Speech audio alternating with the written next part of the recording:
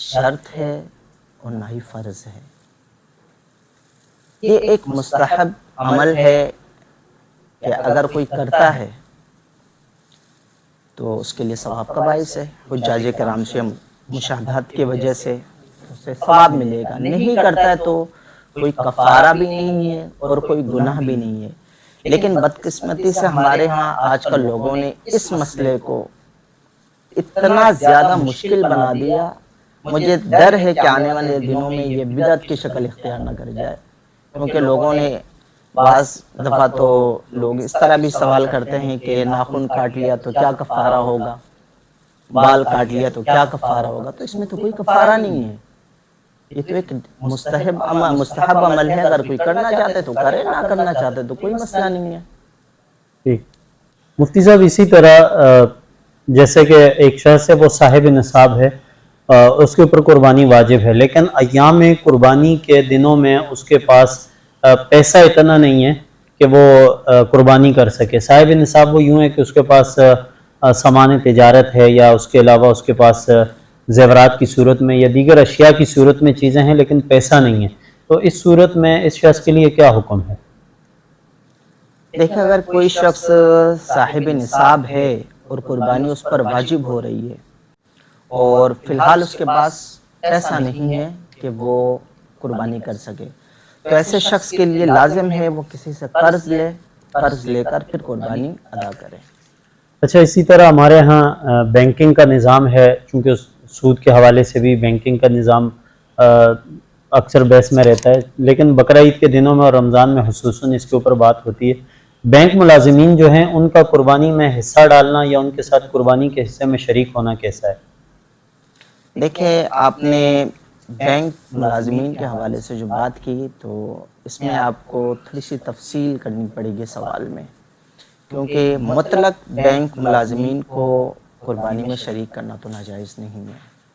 آپ بھی شاید حیرت میں پڑ گئے ہوں گے کہ اب تک تو ہم نے یہی سنا تھا کہ بینک ملازمین کو قربانی میں شریک کرنا ہی جائز نہیں ہے، کیونکہ ان کی آمدنی کو قربانی میں شریک کرنا ہی جائز نہیں ہے، کیونکہ ان کی آمدنی حرام ہے سودی آمدنی ہونے کی وجہ سے.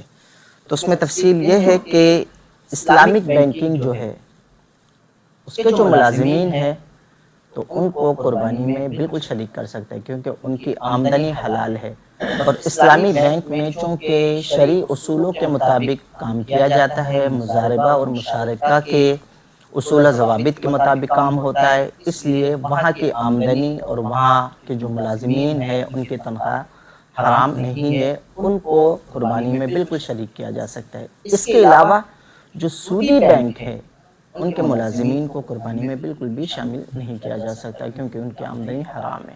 اچھا، سودی بینک جو ہیں ان کے اندر ایک سیکیورٹی گارڈ بھی ایک شعبہ ہے، کیونکہ اس کا تو تعلق سود کا جو کاروبار ہے بینک کے اندر ہو رہا ہے، تو سود میں جو ممانعت آئی ہے تو وہ تو یقیناً سود میں لکھنا اور کاروبار کرنا یا اس کا گواہ بننا ہے.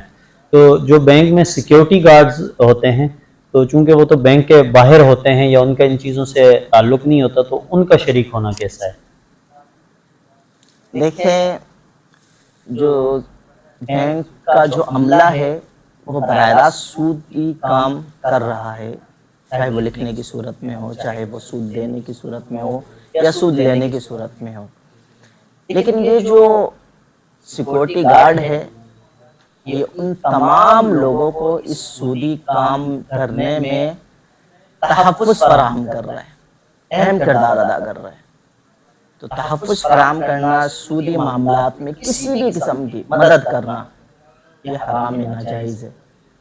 تو چونکہ یہ شخص بھی سودی معاملات میں تحفظ فراہم کر رہا ہے، سود کو تحفظ دے رہا ہے، تو اس لیے اس کی آمدنی بھی حرام ہے. اچھا، اسی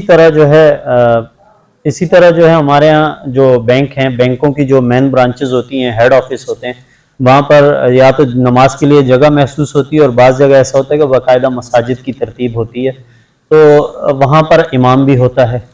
تو اب چونکہ وہ بینک اگر سودی بینک ہے یا نہیں ہے وہ ایک الگ، چونکہ آپ نے اس میں دو چیزوں کی وضاحت کر دی کہ اگر اسلامی بینکنگ کے کاروبار سے منسلک ہے شخص تو اس کی قربانی جائز ہے، لیکن اگر وہ شخص کسی بھی بینک سے تعلق رکھتا ہے، سودی بینک سے تعلق رکھتا ہے، وہاں پر نماز پڑھانے والے امام ہیں، تو ظاہر ہے کہ اس کی تنخواہ تو بینک سے آ رہی ہے نا، تو اس کو اگر بینک جو تنخواہ ادا کر رہا ہے اس کے بعد اس امام کا قربانی کے اندر شریک ہونا یا اس کو اپنی قربانی میں شریک کرنا کیسا ہے؟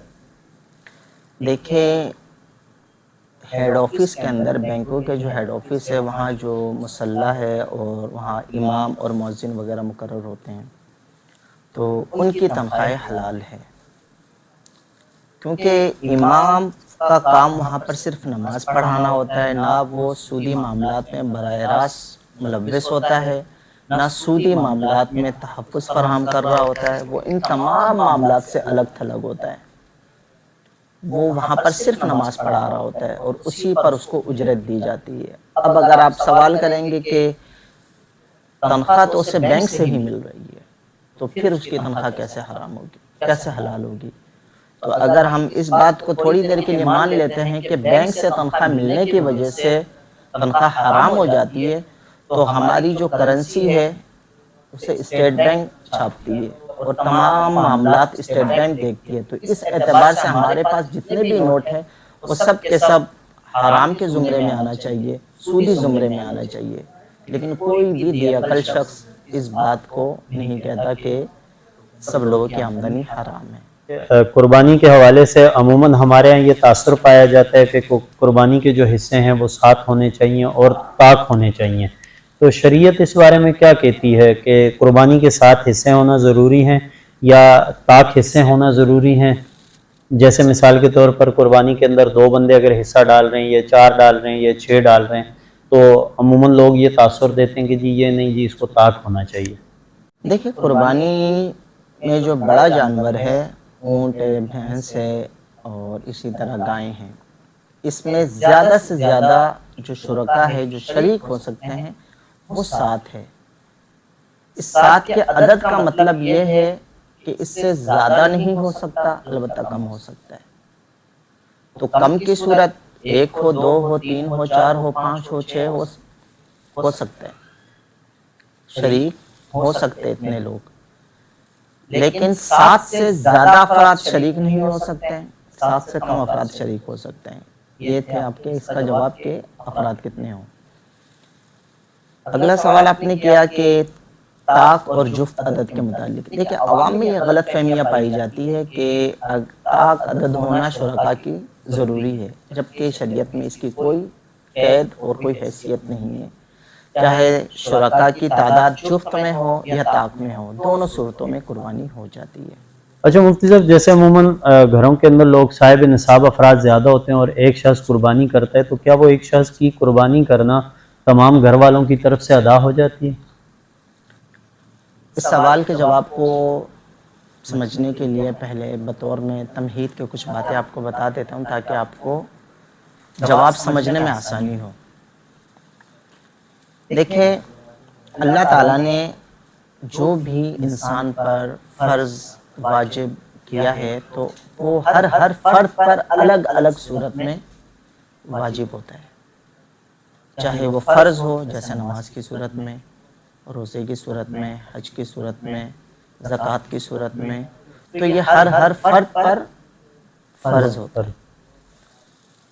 اسی طرح واجب کی جو ہے فطرہ، صدقۃ الفطر، ہر فرد پر فطرہ واجب ہوتا ہے۔ ایسا نہیں ہوتا کہ گھر کا ایک فرد اپنی طرف سے ادا کر دے، ایک فطرہ ادا کر دے تو باقی گھر والوں کی طرف سے کافی ہو جائے، ایسا نہیں ہو سکتا۔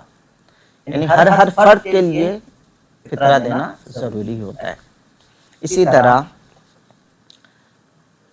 وتر کی نماز جو ہے، جو کہ واجب کی صورت میں ہے، وہ گھر کے ہر فرد پر جو بالغ ہے، جس پر نماز فرض ہے، ہر فرد پر وہ وتر کی نماز پڑھنی ضروری ہوتی ہے۔ ایسا نہیں ہے کہ والد نے وتر کی نماز پڑھ لی تو والدہ کی طرف سے کافی ہو جائے یا بچوں کی طرف سے کافی ہو جائے، ایسا نہیں ہو سکتا۔